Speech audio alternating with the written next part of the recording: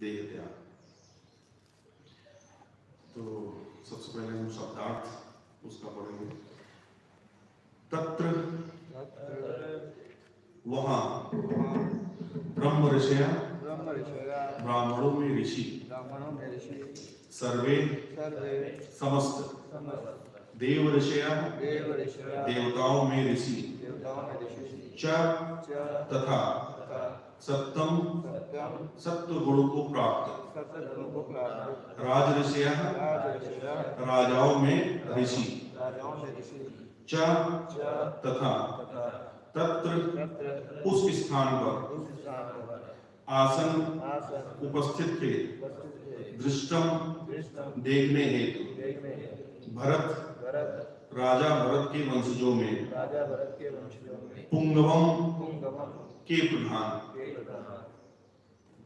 अर्थ है तात्पर्य शिल्पोपाद की जाए। सॉरी, उससे पहले हम वर्ष पढ़ लेते हैं। तत्र ब्रह्म ऋषया सर्वे देवर्षयश्च सप्तमः राजर्षयश्च तत्रासन् दृष्टं भरतपुङ्गवम्। तत्र ब्रह्मर्षयः सर्वे देवर्षयश्च सप्तमः राजर्षयश्च तत्रासन् दृष्टं भरतपुङ्गवम्। तत्र ब्रह्मर्षयः सर्वे देवर्षयश्च सप्तमः राजर्षयश्च तत्रासन् दृष्टं भरतपुङ्गवम्।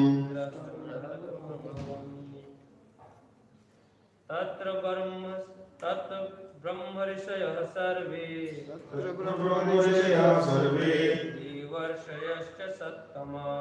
देवर्षयश्च सप्तमः राजर्षयश्च तत्रासन् द्रष्टुं भरतपुङ्गवम्। तत्र ब्रह्मर्षयः सर्वे देवर्षयश्च सप्तमः राजर्षयश्च तत्रासन् दृष्टुं भरतपुङ्गवम्।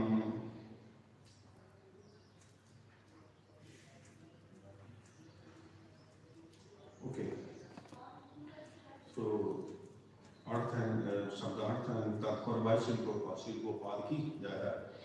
राजा भरत के वंशजों में प्रधान भीष्मदेव को देखने हेतु ब्रह्मांड के सारे सप्तगुणी महापुरुष तथा देवऋषि यथा देवऋषि ब्रह्म ऋषि तथा राज ऋषि वहां पर एकत्र हुए। ऋषि वे हैं जिन्होंने आध्यात्मिक उपलब्धि द्वारा पूर्णता प्राप्त की है। ऐसी आध्यात्मिक उपलब्धि कोई भी अर्जित कर सकता है, चाहे वह राजा हो या साधु हो। भीष्मदेव स्वयं ब्रह्म ऋषि थे और राजा भरत के वंशजों में प्रमुख थे। समस्त ऋषि सतोगुणी होते हैं। वे सभी महान योद्धा की आसन्न मृत्यु का समाचार सुनकर वहां एकत्र हुए। ओम ज्ञानतिमिरान्धस्य ज्ञानाञ्जनशलाकया चक्षुरुन्मिलितं येन तस्मै श्रीगुरुवे नमः। श्रीचैतन्यमनोभीष्टं स्थापितं येन भूतले स्वयं रूप कदा मह्यं ददाति स्वपदान्तिकं। वन्देऽहं श्रीगुरुं वैष्णवांश्च श्रीरूपं साग्रजातं शरणरघुनाथामृतं तं सजीवं साद्वैतं सावधूतं हरिजनसहितं कृष्णचैतन्यदेवं राधाकृष्णपादान् शरणललिता श्रीशाखान्विताञ्च। हे कृष्ण करुणा सिन्धु दीनबन्धु जगत्पते गोपेश गोपिका कान्त राधाकान्त नमोस्तुते। तप्त कांचनी गौरांगी राधे वृंदावनेश्वरी वृषभानुसुते देवी प्रणमामि हरिप्रिये। वाञ्छाकल्पतरुभ्यश्च कृपा सिन्धुभ्यैव च पतितानां पावनेभ्यो वैष्णवेभ्यो नमो नमः। जय श्री कृष्ण चैतन्य प्रभु नित्यानंद श्री अद्वैत गदाधर श्रीवासादि गौर भक्तवृंद। हरे कृष्णा कृष्ण कृष्ण हरे हरे, हरे राम राम राम हरे हरे। ओम विष्णु पादाय कृष्ण प्रेष्ठाय भूतले श्रीमते भक्तिवेदांत स्वामिने नामिने।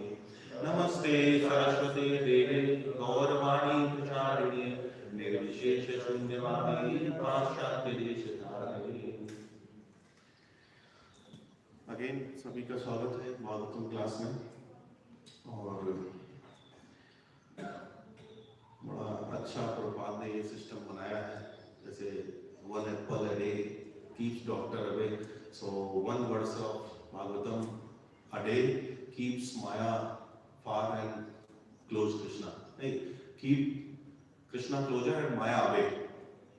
So कुछ भी बोलने से पहले यहाँ उपस्थित वैष्णवजन से मैं कृपया याचना करूँगा कि कुछ मैं कह सकूँ। और मेरे शिक्षा गुरु और प्रदर्शक गुरु सभी यहाँ बैठे हुए हैं। थोड़ा डिफिकल्ट होता है कुछ कहना, लेकिन एक ये भी एडवांटेज होता है कि कुछ मर्सी मिलती है हमें जब वो प्रत्यक्ष रूप में बैठे होते हैं।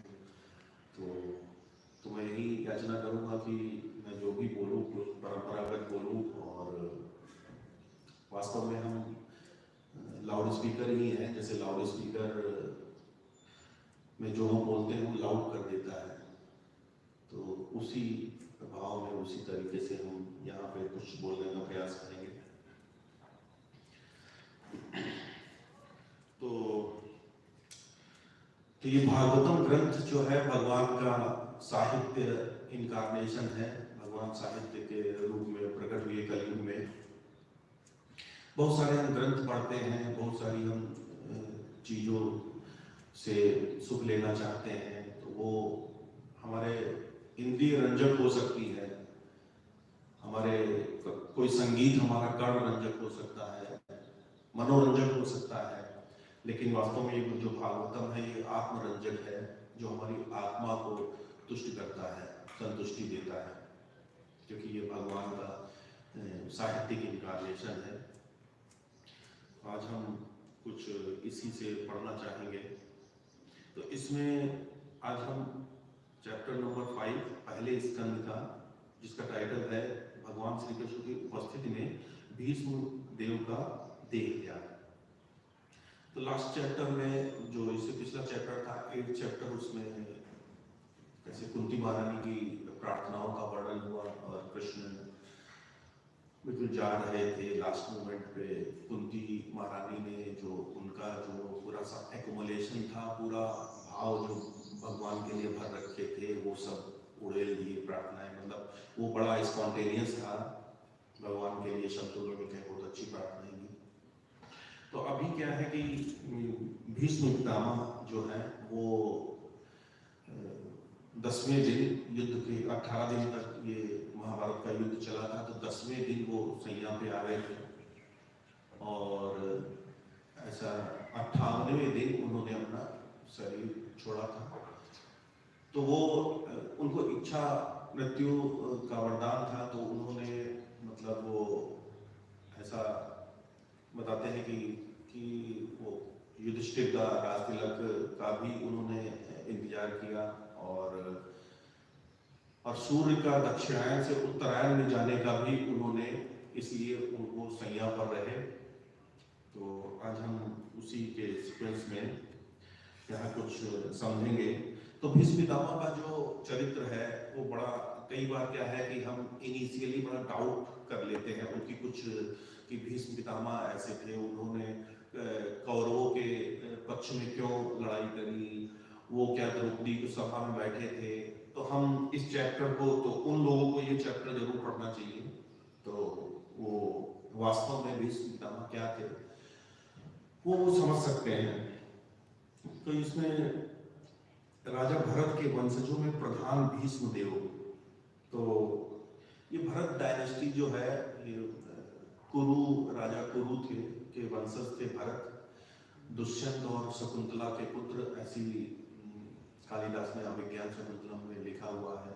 उसका कुछ वर्णन आया है। महाभारत में भी वर्णन है कि ये जो भरत थे ये बड़े पराक्रमी राजा हुए। बचपन में ये ऐसे स्पोर्ट्स खेलते थे, ऐसे खेल खेलते, ये इनका खेल होता था कि ये जंगली जानवरों के मुंह के दांत गिनते थे, इतना ये साहसी थे। तो उसी के लीनेज में शांतनु राजा हुए। तो शांतनु महाराज जो थे उन्होंने गंगा से विवाह किया। तो उससे उनके पुत्र देवव्रत हुए जो बाद में भीष्म कहलाए। फिर उसके पश्चात शांतनु महाराज ने सत्यवती के लिए आकर्षित हुए और फिर थोड़ा स्टोरी है, वो सत्यवती फिशर लेडी थी, मतलब मछुआरे की बेटी थी। तो वो उनके लिए आकर्षित हुए, परंतु चूंकि उनका पुत्र वो जो देवव्रत थे वो भी अब राजकुमार थे और राजा बनने ही वाले थे। तो वो क्या है, विवाह, क्योंकि विवाह करना चाहते थे सत्यवती से, लेकिन एक कंडीशन उनके फादर ने रख दिया था, तो हमें सबको पता है। तो उन्होंने कहा था कि इस कंडीशन में शादी हो सकती है, विवाह हो सकता है कि जो इसका पुत्र ही राजा बनेगा हस्तिनापुर का, इस तरीके का कंडीशन। तो वो बड़े, अब चूंकि उनका पुत्र था बड़ा, तो देवव्रत पुत्र थे, तो वो बड़ा विचुप्त रहने लगे। तो ऐसा उन्होंने उनके पुत्र ने देखा और फिर वो गए सत्यवती के पिता से मिले और उनको आश्वासन दिलाया कि ऐसा नहीं होगा। और उन्होंने प्रतिज्ञा करी कि वो आजीवन कभी विवाह नहीं करेंगे और कौरव वंश का जो भी होगा, जो भी गद्दी पे होगा, हमेशा उसका सपोर्ट करेंगे, रक्षा करेंगे। तो ये बहुत बड़ी प्रतिज्ञा थी, ये बहुत बड़ी प्रतिज्ञा थी। और तो इसलिए जब ये प्रतिज्ञा उन्होंने ली तो जो सेलेस्टियल पैलेस में जो मतलब गंधर्व देवताओं ने भीष्म मीन्स भयंकर इस तरीके की आवाजें गूंजने लगी, तो तभी इनको भीष्म नाम पड़ा। भीष्म मीन्स भयंकर। तो ये वास्तव में बहुत भयंकर ही भीष्म प्रतिज्ञा थी, क्योंकि भीष्म पितामह जो थे वो एक राजकुमार थे और उनका राजतिलक होने वाला था, और मतलब पूरा ऐश्वर्य था, किंगडम मिलने वाला था, स्त्री, हर चीज का ऐश्वर्य था। तो इस माहौल में उन्होंने ये प्रतिज्ञा ली थी और उसको पूरी भी किया। तो इसलिए ये एक भीष्म प्रतिज्ञा थी, क्योंकि जैसे अभी क्या है कि हम एक ब्रह्मचारी का जीवन जो होता है वो बड़ा कंड्यूसिव एटमॉस्फेयर में होता है, मतलब बहुत सपोर्टिव एटमॉस्फेयर होना चाहिए। देखिए हम सब किस तरीके से एक रेगुलेशन में जो ब्रह्मचर्य का पालन करते हैं आश्रम में, तो हम कैसा एक सराउंडिंग हम रखते हैं जो हमारे इस आश्रम को सपोर्ट कर सके। हमें क्या, कितने बजे उठना है, कितने बजे खाना है, क्या है। लेकिन भीष्म पितामह क्या था, वो इतने ऐश्वर्यवान थे, राजकुमार थे, हर चीज की उनको अवेलेबिलिटी थी, लेकिन इन कंडीशंस में उन्होंने ये प्रतिज्ञा ली, इसलिए भीष्म कर रहे हैं। तो फर्दर फिर सत्यवती से जो शांतनु महाराज ने विवाह किया, सत्यवती से 2 पुत्र पैदा हुए, चित्रांगद और विचित्रवीर। फिर चित्रांगद तो एक बैटल में विवाह से पहले ही उनका मृत्यु हो गया, और जो विचित्रवीर थे उनकी 2 पत्नियां थी, अंबिका और अंबालिका। तो विचित्रवीर ने भी शरीर छोड़ दिया था, उनके भी कोई संतान नहीं थी, उससे पहले ही उन्होंने शरीर छोड़ दिया था। तो फिर सत्यवती ने, अच्छा ये जो व्यासदेव हैं वो भी सत्यवती के ही पुत्र हैं, पराशर मुनि और सत्यवती से व्यासदेव जी आए थे। तो सत्यवती ने क्या कहा, जब क्योंकि आगे डायनेस्टी को बढ़ाना था, तो इसलिए उन्होंने सत्यवती ने व्यास जी को बुलाया और इस तरीके से उनसे संतान उत्पत्ति करने के लिए आग्रह किया कि वो, तो इस तरीके से हम समझ सकते हैं कि ये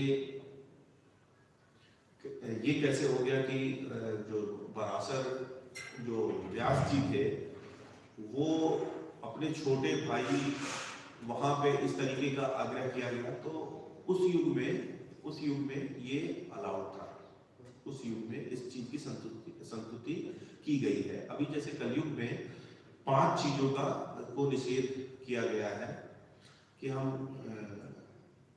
अश्वमेध यज्ञ नहीं कर सकते हैं, और गौमेध यज्ञ, और संन्यास धारण करना, और अपने पितरों को मांस की ऑफरिंग करना, चढ़ावा देना, और अपने देवर से संतान उत्पत्ति, तो इस चीज का निषेध किया गया। बट अभी उस युग में, उस समय में ये चीजों की संस्तुति थी, ये अलाउड था। तो इस तरीके से व्यास देव जो अंबिका से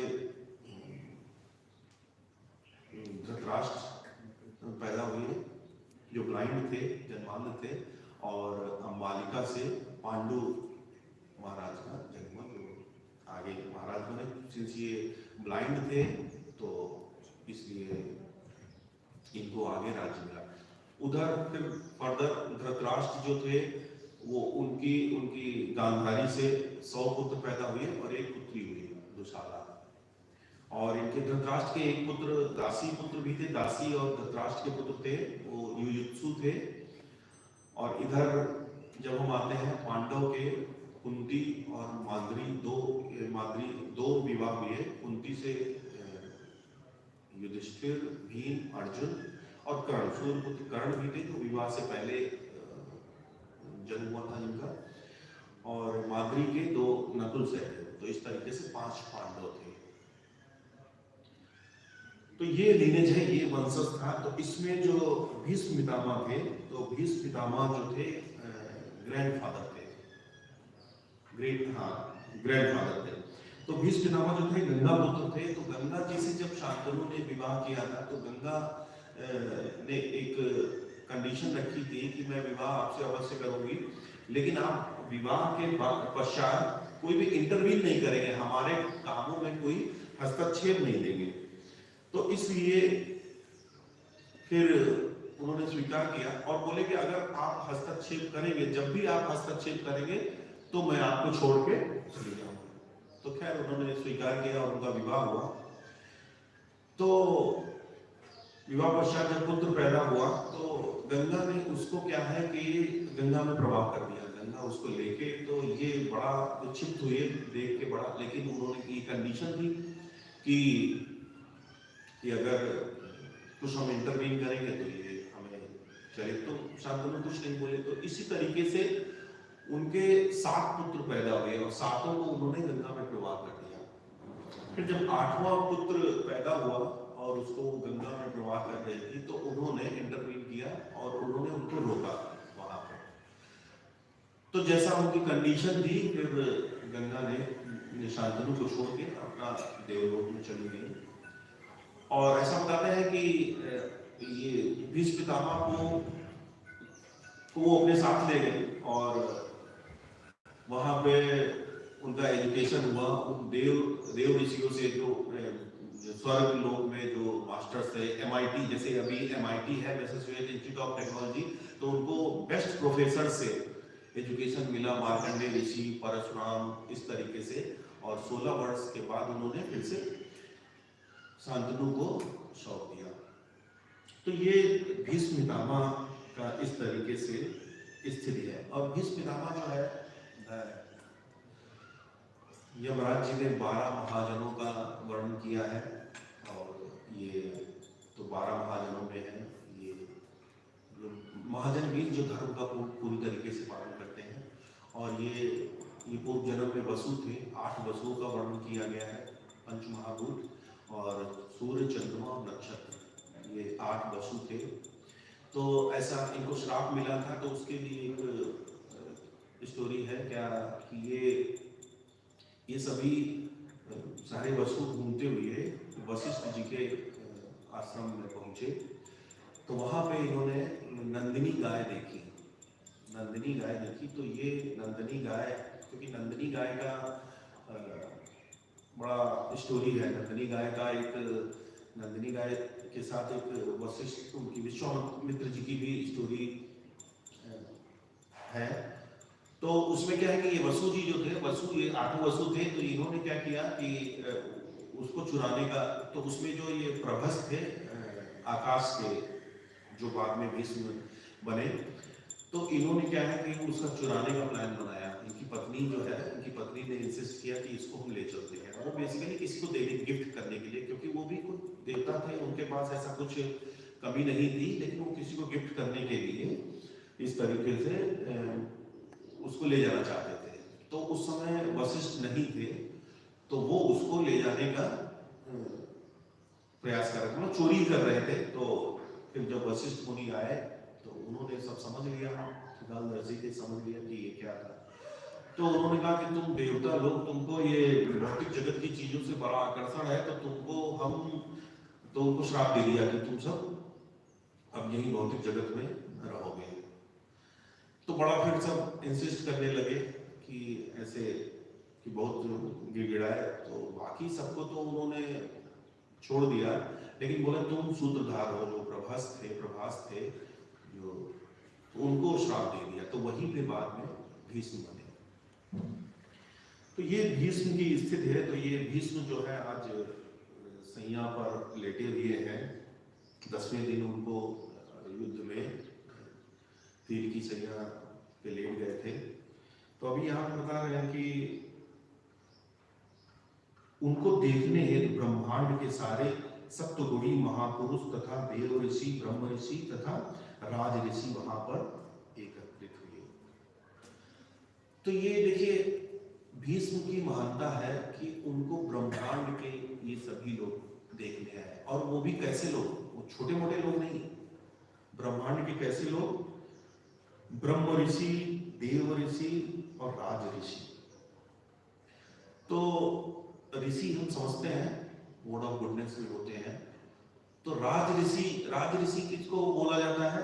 जो राजा होते हैं, जो राज्य का कार्यभार संभालते हैं, लेकिन वो पूरा वैदिक नियमों का पालन, कड़ाई से पालन करते हुए अपने जीवन को व्यतीत करते हैं। तो वो क्या होते हैं? राज ऋषि कहलाते हैं। जैसे जनक महाराज, आपके अमरीश महाराज, ये सब क्या थे? राज ऋषि थे। इनका राजा था, ऐश्वर्य था, लेकिन ये ऋषि तो मतलब वैरागी होता है। तो इनका क्या इंटेंशन रहता था कि इनके लिए राज्य चला भी जाए, इमीडिएटली छोड़ने के लिए तैयार भी रहते, कोई आसक्ति नहीं रहती थी। वो बस सेवा स्वरूप जनता, प्रजा का सेवा करते रहते थे, ये उनका भाव रहता था। तो वो राजऋषि कहलाए गए हैं। और यहाँ पे ब्रह्म ऋषि भी बताए। तो देव ऋषि क्या होता? देव ऋषि जो देवलोक के ऋषि होते हैं, जैसे नारद जी को देव ऋषि बोला गया है, बृहस्पति देव ऋषि है, जो देवलोकों के जो ऋषि हैं वो देव ऋषि कहलाते हैं।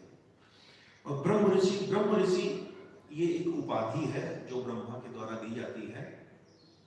तो ये जैसे वशिष्ठ मुनि ब्रह्म ऋषि थे, इनका स्टोरी यहाँ पे हम समझ सकते हैं कि ये नंदिनी गाय से ही रिलेटेड है। कि जो विश्वामित्र थे, विश्वामित्र राजा थे, क्षत्रिय थे। तो वो क्या है, एक बार अपनी सेना के साथ जंगल में आए, वशिष्ठ मुनि के का आश्रम देखा। तो वहाँ पे देखा छोटा सा आश्रम था, कुटिया बनी हुई थी। तो उन्होंने अपनी सेना को रोक दिया और उनसे मिलने गए। वो सोचे कि ये छोटे से ये ऋषि हैं, इन लोगों के पास क्या, ये खुद भिक्षा लेके अपना जीवन यापन करते हैं, तो हम फिर ऑब्लाइज हो जाएगा, ऑब्लिगेशन आ जाएगा सबको खिलाने पिलाने का। तो उन्होंने सेना को छोड़ दिया और उनसे मिलने गए, मिले उनसे। तो वशिष्ठ मुनि ने सभी को मतलब आमंत्रित किया कि आप सबको लाइए। और वशिष्ठ मुनि ने वहां पे हर व्यक्ति को उसकी पसंद का भोज्य पदार्थ दिया, जो जिसको पसंद था वो उनको खिलाया।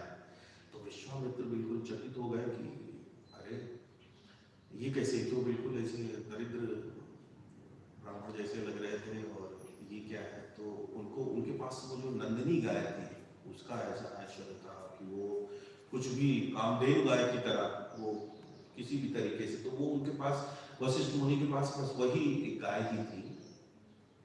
तो विश्वामित्र ने फिर विश्वामित्र को ये देख के, चूंकि क्षत्रिय थे, राजा थे, तो इमीडिएट वो बोले अरे ये ऐसी चीजें तो राजा के पास होनी चाहिए, तुमको इनकी क्या जरूरत है। तो वशिष्ठ मुनि ने कहा नहीं नहीं, ये हमारे पास ही रहेगी, हमारे पास तो यही है ही है, और क्या बस इसी से कुछ शिष्य हैं उनको ज्ञान देते हैं ये। तो लेकिन उन्होंने फिर युद्ध किया उनसे, फिर मतलब जबरदस्ती किया, लेकिन वो उनसे छीन नहीं पाए। वो पूरी उनकी सेना जो है ध्वस्त कर दी गई। वशिष्ठ मुनि उनसे ही कई प्रकट हुए सैनिक और पूरी सेना उनकी खत्म कर दी। विश्वामित्र फिर दोबारा बड़ी सेना लेके आए। तो वो क्या करते थे, हर बार जब बड़ी सेना लेके आते थे तो वशिष्ठ मुनि अपना ब्रह्मदंड खड़ा कर देते थे, बस वो खड़े रहते थे कि उनकी सारी सेना जो है वो साफ हो जाती थी।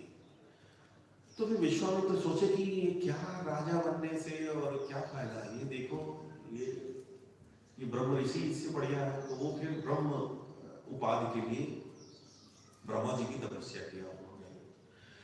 तो इनिशियली उन्होंने बड़ी तपस्या की, लेकिन बड़ा अहंकार था, तो उपाधि उनको नहीं ब्रह्मा जी ने दी। लेकिन फर्दर उन्होंने फिर क्षमा मांगा, वशिष्ठ मुनि से क्षमा ली, और फाइनली उनको उपाधि मिली ब्रह्म ऋषि की। तो ये विश्वामित्र, ये भीष्मदेव भी ब्रह्म ऋषि थे, तो ये एक उपाधि है। तो इस तरीके से ये जो लोग वहां पे एकत्रित थे। अब देखिए वहां पे एकत्रित थे, तो वहां पे ऐसा नहीं कि बड़ा प्लीजेंट इन्वायरमेंट था। वहां पे क्या है, हो सकता मतलब भाई उनका बैटलफील्ड में ही उनको तीर लगे, तो ऐसा नहीं कि तीर लग गए फिर वो दौड़ते दौड़ते कहीं बगीचे में किनारे कैंप के पास आ गए, वहां पे लेटे, वो इमीडिएट वहीं पे गिर गए। तो बैटलफील्ड का क्या, महाभारत का जहां करोड़ों लोगों का वीर गति को प्राप्त हुआ, नरसंहार हुआ, तो इस तरीके से वहां पे क्या है कि सब ब्लड शेड और भाई सर यही सब होगा, ठीक है ना। तो ऐसे इन्वायरमेंट में ये सब लोग आए, क्यों? क्योंकि भीष्म पितामह ऐसे थे कि जब इस तरीके के सोल जो है, क्योंकि उनको ये विश्वास था कि जब भीष्म पितामह जैसे लोग शरीर छोड़ेंगे तो जरूर कुछ ज्ञान का प्रवाह होगा, जरूर कुछ आदान प्रदान होगा, अच्छा एसोसिएशन मिलेगा, और वहां दूसरे लोग भी आए। सब लोग यही सोचते कि दूसरे लोग भी आएंगे, और वहां भगवान के भी लिखा है कि वो अभी पिछले श्लोक में पकड़ में लिखा है कि भगवान भी आए वहां पे, और युधिष्ठिर का छोटा भाई मानकर उनको प्रणाम किया। तो भीष्म पितामह जो थे, अब सोचिए जरा, हमारे अगर एक सुई भी चुभ जाए, अभी बादरायण को बता रहे थे कि उनको गोवर्धन परिक्रमा में कहीं कुछ काटा चुभ गया है, तो वो अभी भी वो कह रहे हैं, वो बाकी तो मेन हमारा ठीक हो गया है, लेकिन वो खर्चता है थोड़ा सा। अब सोचिए, वो बताते हैं कि उनके पूरे पोर में, हर पोर में तीर लगा हुआ था, कितना एक्यूट पेन था। बट वो किस कॉन्शियस में थे कि उन्होंने मतलब भगवान को प्रणाम किया, और आगे फिर युधिष्ठिर को भी ज्ञान देने वाले थे, ठीक है। स्तुति की, भीष्म स्तुति जो फेमस है, आगे प्रोसीड करेंगे। तो किस वो कॉन्शियस में थे, तो ये वो इसीलिए कॉन्शियस में थे क्योंकि उन्होंने पूरा जीवन जो है भगवान के स्मरण में बिताया था। भगवत गीता भी इस चीज को गारंटी करता है 8.5 में कि अंतकाले क्षमा में स्मरण काले वालों, कि अंतकाल में जो मेरा नाम लेके शरीर का त्याग करता है, निश्चित रूप से वो मेरे नाम को प्राप्त करता है। तो वहां पे जो प्रेजेंस थी देव ऋषि और ब्रह्म ऋषि और स्वयं भगवान थे, तो दैट गारंटीज की जो उनका प्रयाण है वो वैकुंठ को, उनको भगवान का नाम जाना था। तो यहाँ पे प्रभुपाद बताते हैं कि ऋषि वे हैं जिन्होंने आध्यात्मिक उपलब्धि द्वारा पूर्णता प्राप्त की है। तो उपलब्धियां जो है, भौतिक उपलब्धियां भी होती हैं, आध्यात्मिक उपलब्धियां भी होती हैं। हम सभी क्या है, मोस्टली भौतिक उपलब्धियों को अचीव करते रहते हैं, लेकिन भौतिक उपलब्धियां बिल्कुल ही व्यर्थ है अगर वो उपलब्धियां हमारे आध्यात्मिक अचीवमेंट में सपोर्ट नहीं करती है। तो यहाँ पे भीष्म देव थे, तभी यहाँ पे इतनी गैदरिंग थी। जैसे एक इंग्लिश में कहावत है कि who will cry when you die. इससे पता चलता है कि आप क्या हैं, या आपको कौन याद रखेगा। तो जैसे ऐसा नहीं है कि भौतिक उपलब्धियां भी जो लोग रखते हैं, तो वो देखिए भी आप फेसबुक पे मिलियन फॉलोअर्स होते हैं, तो ये क्यों है फॉलो, आप कह दो कि फॉलोअर्स तो उनके भी हैं, उनको भी याद करने वाले हैं। तो उसमें इंस्टाग्राम पे देखिए आप मिलियन फॉलोअर हैं, लेकिन क्या होता है, वो लोनली डेथ मरते हैं। और मतलब बहुत सब देख सकते हैं, उनको कितना याद रखता है, कौन याद रखता है। और ऐसा नहीं है कि गैदरिंग भी होती है, कह दो कि वहां भी तो इकट्ठे होते, कोई भी मरता है तो वो क्या है, वहां भी राजऋषि और ब्रह्म ऋषि, लेकिन वो क्या है, वो 2000 परवर्टेड फॉर्म ऑफ राजऋषि ब्रह्म ऋषि, वो क्या है, मटेरियल उपलब्धियों वाले राजऋषि। तो वहां पे वो कैसी चर्चा करेंगे, क्या बातें करेंगे, वो वही बातें करेंगे, वो गुणों के अधीन रह के बातें करेंगे, और गुणों के साथ जो भी है वो शाश्वत नहीं, वो खत्म हो जाएगा, 1-2 महीने में खत्म हो जाएगा। अभी श्रीदेवी ने अपना शरीर छोड़ दिया, ठीक है, बड़ी गैदरिंग हुई और सब कुछ हुआ बड़ा उनका, लेकिन क्या हुआ, भूल गए। अभी कोई न्यूज है, ठीक है। भीष्म पितामह क्या थे, भीष्म पितामह आज भी हम उनको सुन रहे हैं, 5000 वर्ष बाद भी सुन रहे हैं। परीक्षित महाराज का जो शरीर, उनका तो जन्म लेना और शरीर छोड़ना दोनों ही दिव्य थे। जब जन्म ले रहे थे तो उन्होंने जन्म वोम से बाहर आने से पहले ही भगवान के दर्शन कर लिए, इसीलिए वो परीक्षित कहलाया। वो बाहर निकलते भी वो इच्छा करते रहते थे, सामने भगवान को देखते थे, इसीलिए परीक्षित बोले गए। और उनका शरीर छोड़ना भी दिव्य था, क्योंकि उनके शरीर छोड़ने से ही भागवतम प्रकट हुआ। तो ये जो है, ये आध्यात्मिक उपलब्धियां क्या होती है, ये गुणों से अतीत होती है। अब गुणों से अतीत है, दैट मीन्स वो शाश्वत है। जो गुणों के अधीन है वो खत्म होने वाला है। इसीलिए भौतिक उपलब्धियां क्या होती है, अंडर नेचर होती है, प्रकृति के गुणों में होती है। तो इसीलिए क्या है, तो वहां भी ऋषि आते हैं। अभी कोई हीरो हीरोइन या बहुत कोई सेलिब्रिटी मरेगा तो आप देखते हैं बहुत बड़ी गैदरिंग होती है, लेकिन वहां पे बातें क्या होती हैं, वहां पे ये बातें होती हैं, अरे अगर कोई एक्सीडेंटल डेथ है तो वहां पे क्या बातें होगी, उसकी चर्चा होगी, अरे कैसे हुआ, क्या किया, तो उसने कर दिया होगा, या ठीक है। अगर नेचुरल डेथ हुई तब भी ठीक है, तब भी कहीं ना कहीं कुछ गॉसिप भी करते हैं कि अच्छा अब इसके बाद क्या होगा, ये कौन लेगा, क्या लेगा, ठीक है। और तो ऐसा क्यों, और फिर वो 2-3 महीने बाद भूल जाते हैं, 2-3 महीने बाद भूल, क्योंकि वहां पे जो भी उपलब्धि है वो सब क्या है, भौतिक गुणों के अधीन है। तो वो क्या है, जो भी भौतिक गुणों के अधीन है वो सब क्या है, शाश्वत तो हो ही नहीं सकता है, वो सब खत्म हो जाता है। तो ये सब क्या है, वहां भी गैदरिंग होती है, वो सब परवर्टेड फॉर्म ऑफ एक्चुअल ब्रह्म ऋषि, देव ऋषि और राज ऋषि है। जैसे एक बार राधानाथ स्वामी महाराज के गौरांग प्रभु बता रहे थे, गौरांग प्रभु ये पास टाइम बता रहे थे कि जुहू में चौपाटी में गोविंदा रेस्टोरेंट खुला। तो उसमें क्या है, इनिशियली बहुत तरह कुक वगैरह अरेंज नहीं कर पाए, तो आपस में ही ये सब कुक करते थे। तो एक दिन क्या कहा गया कि भाई अब पिज्जा लॉन्च करते हैं, पिज्जा बनाते हैं। तो वहाँ पे गौरांग प्रभु कुक का देखते हैं, बड़े बड़े फेस्टिवल्स में कुकिंग इंचार्ज रहते हैं गौरांग प्रभु। उनका एक उस पर डिस्कवरी पे पूरा एक डॉक्यूमेंट्री भी है। तो उन्होंने क्या है कि एक पिज्जा अपना बनाया, जो भी कहीं से देख के बना के टमाटर रख के और सब उसको देख करके राधानाथ महाराज को पहले भगवान को ऑफर किया, प्रभुपाद को दिया, फिर राधानाथ महाराज को उन्होंने दिया। राधानाथ महाराज ने उसको पाया, तो फिर सब इंतजार करने लगे कि कुछ बोलेंगे कि बड़ा अच्छा था, लेकिन कुछ बोले नहीं महाराज। तो फिर शाम को पूछा कि महाराज वो पिज्जा कैसा था, जब बोले नहीं महाराज तो शाम को पूछा वो पिज्जा कैसा था, तो कहे कि कौन सा पिज्जा, बोले वो जो सुबह रोटी खिलाया था। अच्छा अच्छा, वो बोले कि that was perverted reflection of pizza in material world. वो अच्छा उसकी बात कर रहे हो। तो इस तरीके से तो जो इस भौतिक लोगों की मृत्यु जब होती है तो वहां पे भी सब गैदर होते हैं, लेकिन वो क्या होते हैं, परवर्टेड रिफ्लेक्शन ऑफ ब्रह्म ऋषि राज ऋषि, ठीक है, वो भौतिक उपलब्धियों के ब्रह्म ऋषि होते हैं, उनको उपाधियां होती है, राज ऋषि होते हैं। तो इस तरीके से अब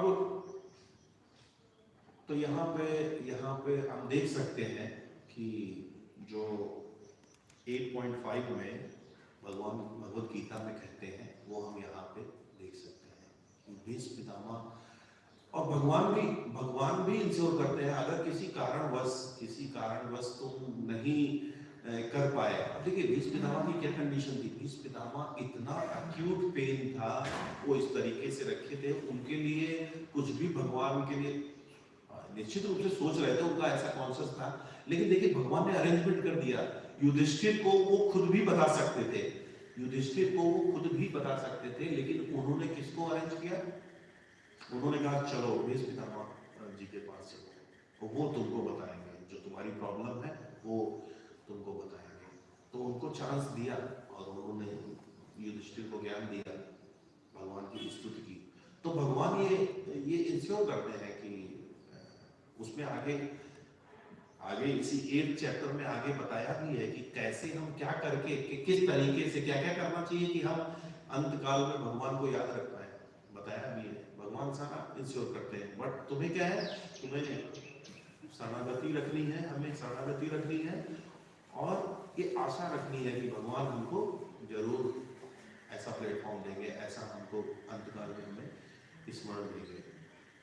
अच्छा, इसके अपोजिट हम ये भी सोच सकता है ठीक है, हम जीवन भर अगर ठीक है लास्ट में हम ले लेंगे ना, तो क्या ऐसा नहीं हो सकता है, ठीक है हम जीवन भर अपनी मनोधर्मिता में अपने हिसाब से अपना जीवन व्यतीत करें, लास्ट में हम भगवान का नाम ले लेंगे, तो ऐसा हो सकता है क्या? अगर आप स्मार्ट हैं तो भगवान तो स्मार्ट के नेटवर्क क्या क्या नाम है उनके, छलिया छलियों बड़ो वो बना देते हैं लोगों, तो ऐसा नहीं हो सकता है।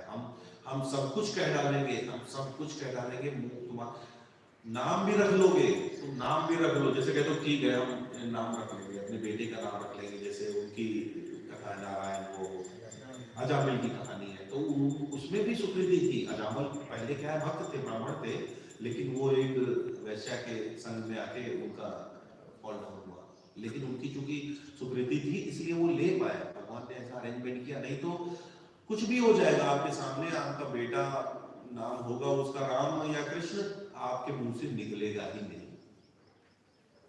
नहीं निकलेगा।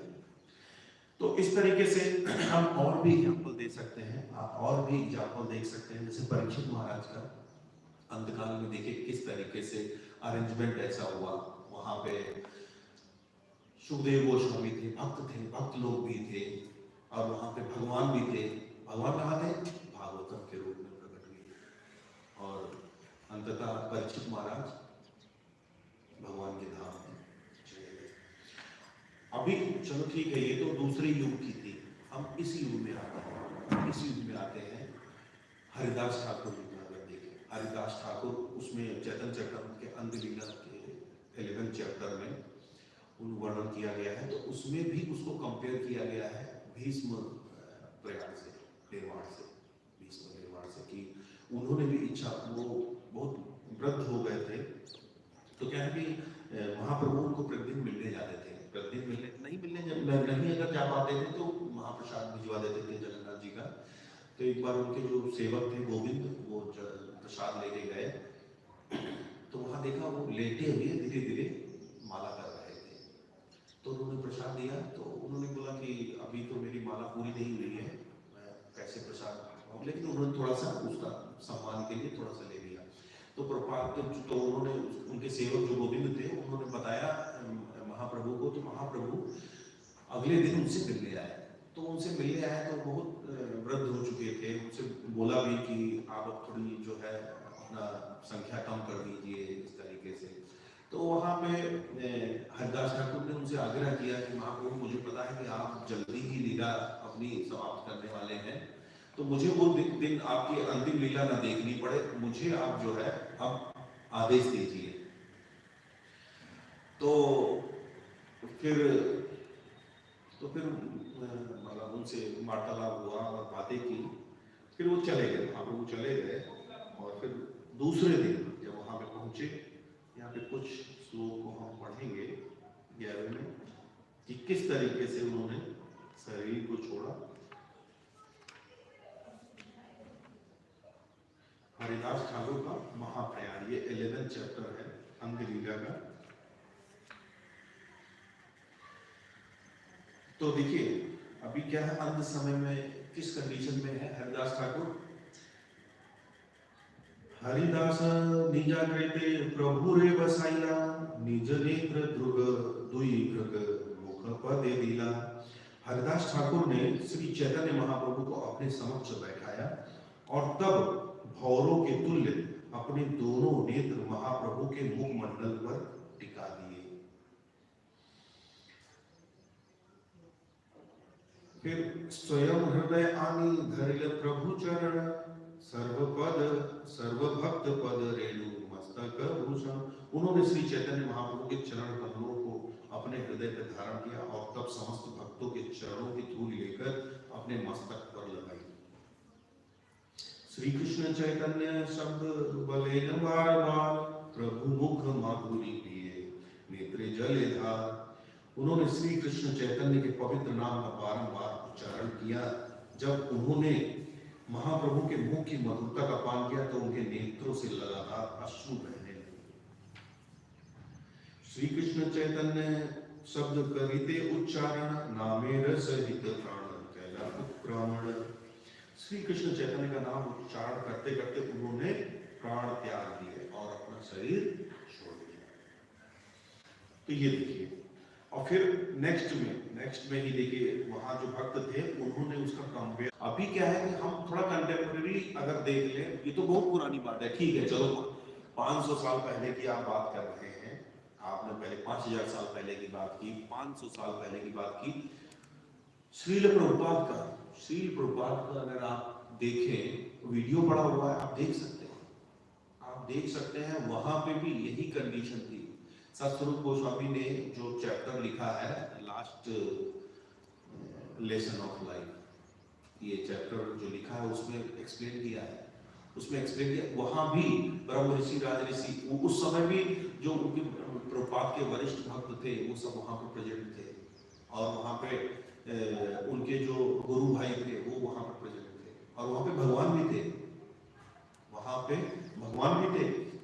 हरिनाम के रूप में। सब लोग कीर्तन कर रहे थे, आप देखिए वहां पे कीर्तन कर रहे थे।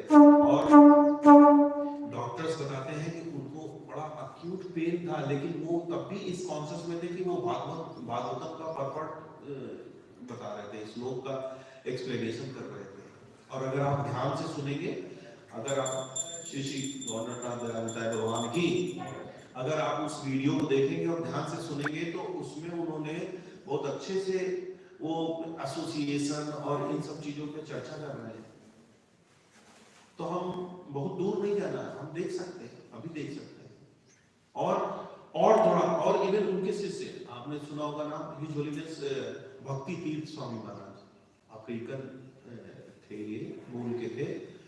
तो उन्होंने क्या है कि उनको कैंसर था, तो उन्होंने अपने लास्ट टाइम में राधानाथ महाराज से आग्रह किया। तो राधानाथ महाराज ने अपना सारा 2 महीने का शेड्यूल पूरा कैंसिल किया और 2 महीने तक उनके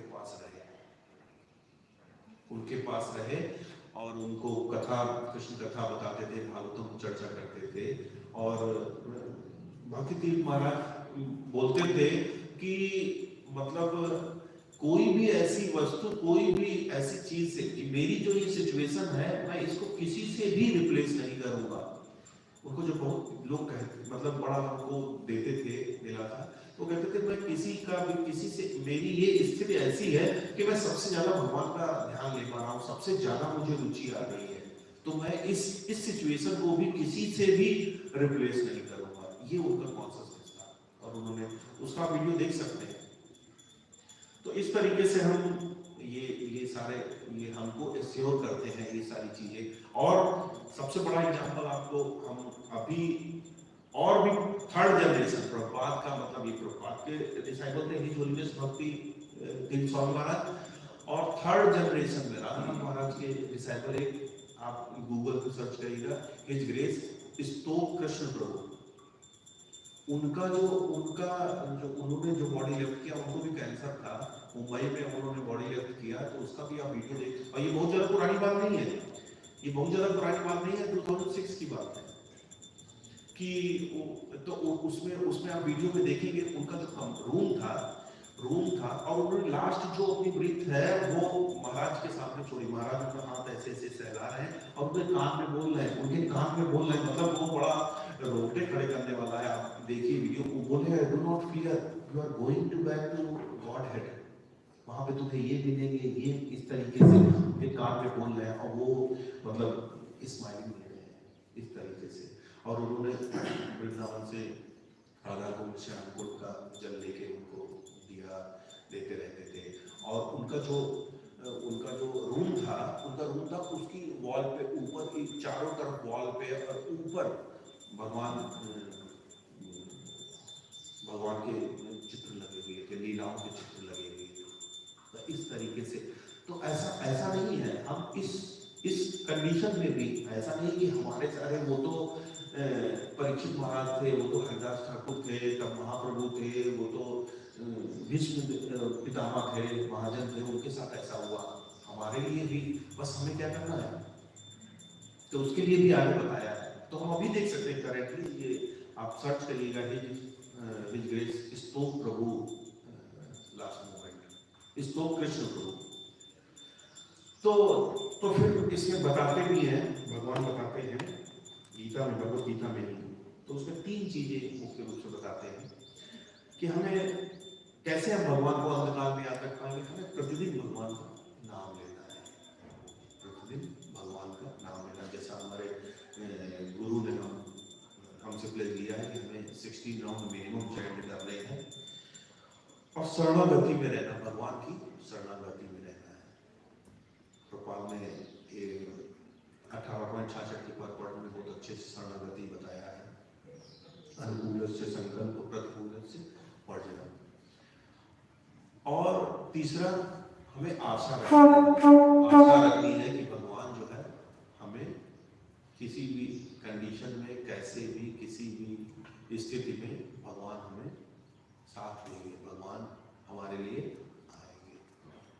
तो इस तरीके से हम यहाँ पे बहुत अच्छे से समझ सकते हैं। और आगे हम जैसे जैसे पढ़ेंगे भीष्म पितामह के लिए वो जो सारे डाउट्स रहते हैं तो वो आपको क्लियर होंगे।